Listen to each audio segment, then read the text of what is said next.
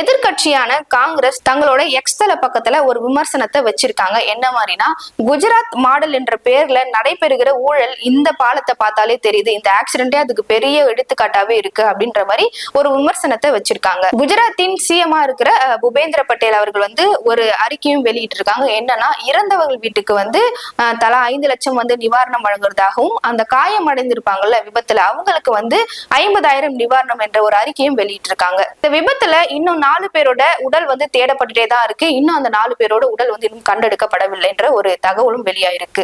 வதோதரா மாவட்டத்தோட கலெக்டர் அனில் தமேலியா என்ன சொல்றாருன்னா, அந்த பகுதியில இப்ப மழை வேற பெஞ்சிட்டு இருக்கு, ஆற்றோட நீர்மட்டம் ஒரு பக்கம் ஏறிட்டு இருக்கு. அது மட்டும் இல்லாம 2 வாகனங்கள் சேற்றுல சிக்கி இருக்கிறதாகவும், அந்த ஆற்றங்கரையில 4 கிலோமீட்டர் உள்ள டீப்பா இறங்கி அந்த தேடுதல் பணின்றது இப்ப போயிட்டு தான் இருக்கு. அங்க சுத்தி இருக்க மக்களை விசாரிச்சு அந்த வண்டி யாருடையது அப்படின்னு சொல்லிட்டு மீட்கிற பணியும் நாங்க எடுத்துட்டு தான் இருக்கோம்னு சொல்லிட்டு அவர் சொல்லியிருக்காரு.